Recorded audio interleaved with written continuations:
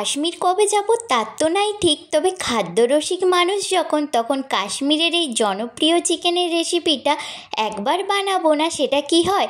তবে এই রেসিপিটা আমি অনেকবারই বানিয়েছি, তাই ভাবলাম তোমাদের সাথেও শেয়ার করি।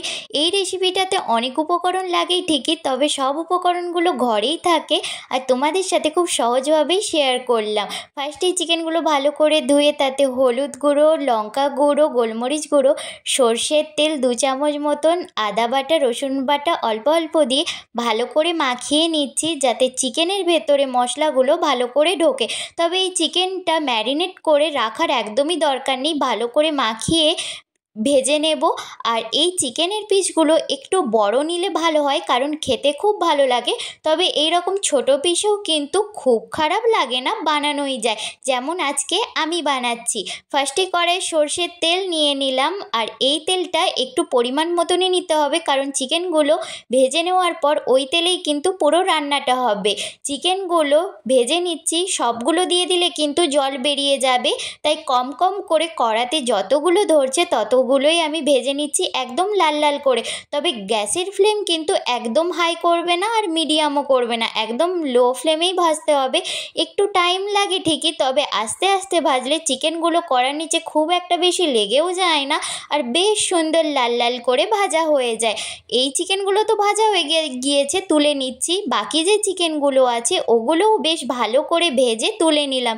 এরপরে ওই তেলেই এলাচ, লবঙ্গ, দারচিনি আর পেঁয়াজ কুচি দিয়ে দিলাম। পেঁয়াজটা কিন্তু খুব কম ভাজলেও হবে না, আবার বেশি ভাজলেও হবে না, আমি ঠিক যতটা ভেজেছি তোমরাও ঠিক এই পর্যায়ে ভাজবে, তাহলে চিকেনের টেস্টটা দুর্দান্ত স্বাদের আসে। পেঁয়াজটা ভাজা হয়ে যাওয়ার পর 2 চামচ রসুন বাটা দিয়ে দিলাম, আর 2 চামচ আদা বাটা দিয়ে আরেকটুখান ভেজে 1 চামচ ঘি দিয়ে দিচ্ছি। এই ঘিটা কিন্তু হোমমেড ঘি, আমার মা বানিয়েছে। এই ঘিটার টেস্ট কিন্তু দুর্দান্ত হয়, কেনা ঘিয়ের থেকেও ভালো। ঘিটা দিয়ে অল্প নেড়ে চেড়ে কিছু গুঁড়ো মশলা দিয়ে দিচ্ছি, হলুদ গুঁড়ো, লঙ্কা গুঁড়ো, জিরে গুঁড়ো, ধনে গুঁড়ো, 1 চামচের একটু কম গরম মশলা গুঁড়ো, 2 চামচ কাশ্মীরি লঙ্কা গুঁড়ো রঙের জন্য, কাসুরি মেথি হাতে গুঁড়ো করে দিয়ে দিলাম, আর কাজু ভেঙে ভেঙে দিয়ে দিলাম, এতে টেস্টটা খুব ভালো আসে।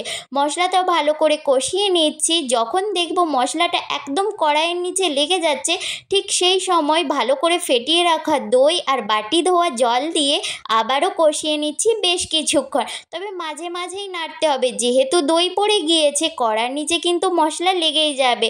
দেখো কতটা সুন্দর তেলটাও ছেড়ে এসেছে আর কালারটাও বেশ সুন্দর এসেছে।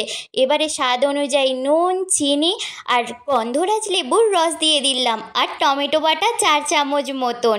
তবে গন্ধরাজ লেবুর বদলে তোমরা এখানে পাতিলেবুর রসও দিতে পারো, কিন্তু লেবুর রস কিন্তু স্কিপ করলে চলবে না।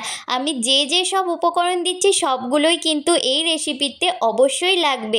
টমেটো বাটা দেওয়ার পরও আবার অল্প ঢাকা দিয়ে দিয়ে ভালো করে কষিয়ে নিচ্ছি 5 মিনিট মতন লো আঁচে।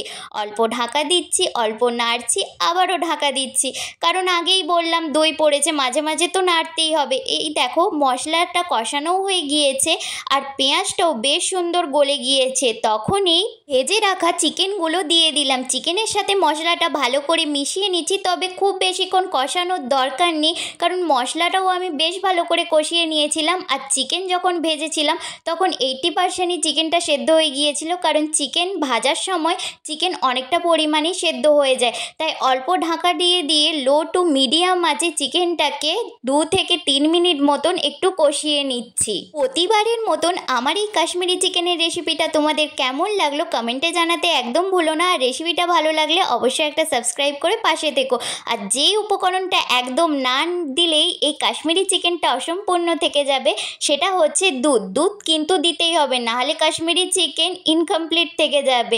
দুধ দিয়ে ভালো করে মিশিয়ে নিচ্ছি। এরপরে 2 মিনিট মতন হাই ফ্লেমে ফুটিয়ে নেব, তারপরে লো টু মিডিয়াম আঁচে 5 মিনিট মতন ফুটিয়ে অল্প গ্রেভি গ্রেভি হয়ে এলেই নামিয়ে নেব। তবে দুধ না থাকলে পাউডার দুধও কিন্তু গরম জলে গুলে সেটাও দিলে সেম টেস্টই আসে, তবে দুধ স্কিপ করলে চলবে না। যে কোনো একটা দুধ দিয়ে ভালো করে ফুটিয়ে নিলেই হবে।